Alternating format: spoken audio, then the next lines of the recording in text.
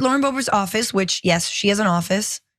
I don't know which preteens are underpaid to staff it, but they put out this press release. Representative Boebert secures over $20 million for Colorado water and infrastructure projects. Ha ha. And then she wrote, I'm thrilled that Colorado communities in the third world receive more than $20 million to get 10 local water and infrastructure projects off the ground. It includes important federal resources for new water storage, improving water quality, funding water treatment plants, building new water supply lines, reducing congestion on the I-70 and building roads and bridges. I'm grateful to all the local stakeholders who brought these important projects to my attention and that worked with my team and I throughout this process to ensure that 10 out of 10 of our requests were successfully funded in public law.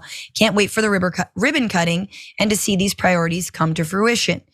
And yet, how did this happen? How did Colorado's third get the money to do these projects to sound like they're important? Clean water, that's good.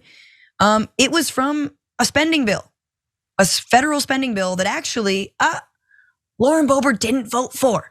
This was her back in March, earlier, just a couple weeks ago, saying there's hashtag swamp omnibus maintains COVID spending levels, funds the Green New Deal. No, I wish either of those things were true, and excludes nearly all conservative policy riders we fought for. No wonder Democrats are ramming this monstrosity through before Sleepy Joe takes the stage tomorrow.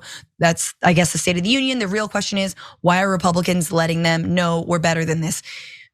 It seems as she did not actually, according to Business Insider, did not vote for this omnibus spending. Again, remember, Lauren Boebert is on the wing of the Republican Party that refuses to fund the government because we're not putting spikes and alligators at the border. So she's again holding up these water projects for her district because what? But again, they went through and it's just the height of hypocrisy, which is why, in my opinion, Yaz, I think she's going to end up as just a lead anchor at Newsmax.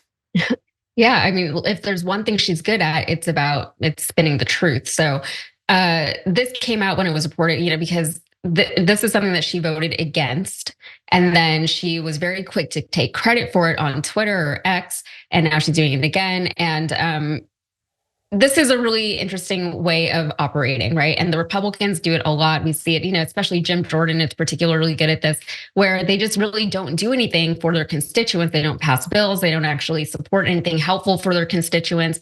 And yet they continue to get reelected and they continue to serve in Congress. However, they're doing that. So with Lauren Boebert in this particular instance, she was able to maintain her rhetoric while voting against this. But then whenever something good actually happened for her constituents, a good thing that she voted against, she was able to take credit for it, saying, oh, look at this good thing that happened. I'm in Congress, so I helped do this.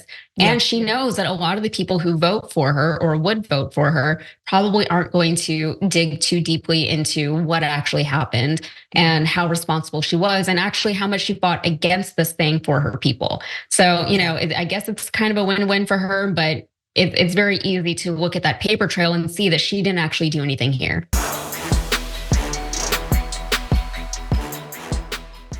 Check out the Damage Report podcast each day, wherever you get your podcasts, whether Pocket Casts or Stitcher or iTunes. You can join me as I give you the news and stories you want, with a range of co-hosts and interview guests jumping in on the fun each day. Again, that's the Damage Report, wherever you get your podcasts. And if you get them at iTunes, don't forget to rate and review. Sometimes I'll read them live on the show.